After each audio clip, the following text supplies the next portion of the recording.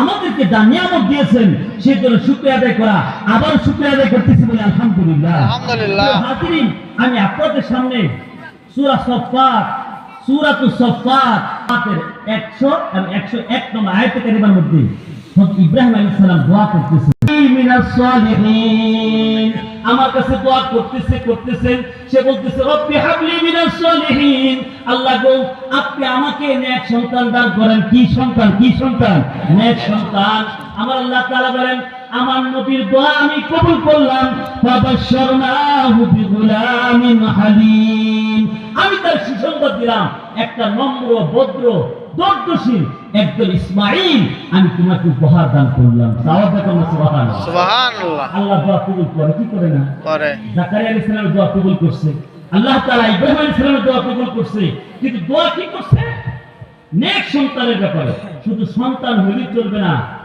রাসূল সাল্লাল্লাহু আলাইহি ওয়াসাল্লাম হাদিস শরীফে ইরশাদ করেন, শুআবুল ঈমান থেকে বলতেছি যে এরকম সন্তানও আছে যে সন্তানগুলি পিতামাতা যথাযথভাবে শিক্ষিত করে নাই, তারা তাদের মতো করে যত সময় বিয়ে দেয় নাই, যত সময় ধর্মীয় শিক্ষা দেয় নাই, যার কারণে নামাজ পড়ে না, জেনা ব্যভিচারে সম্পৃক্ত হয়, বেপরদার সাথে চলে। এই কারণে ওই সন্তানের কারণে আল্লাহ তাআলা তার মা বাবাকেও শাস্তি দিবেন, আযাব দিবেন, বলেন নাউযুবিল্লাহ।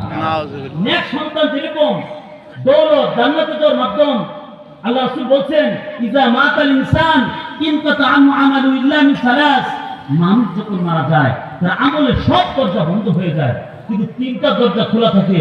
এর মধ্যে একটা হলো ওয়ালাদুন সালিহুন ইয়াদউ লাহু, নেককার সন্তান, ওয়ালাদুস সালিহ, সে যখন তার মা বাবার জন্য দোয়া করে, ওই কবরস্থ মা বাবা যত বড় আযাবের ভিতর থাকুক না কেন, যদি তার সন্তানটা নেক সন্তান হয় আর ঈমান নিয়ে যদি তার মা বাবা কবরে গিয়ে থাকে, এই সন্তানের দোয়া আল্লাহ কবুল করে তার কবর আসান করে।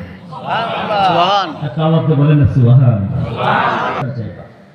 সন্তান হইলে হবে না, নেক সন্তান হইতে হবে।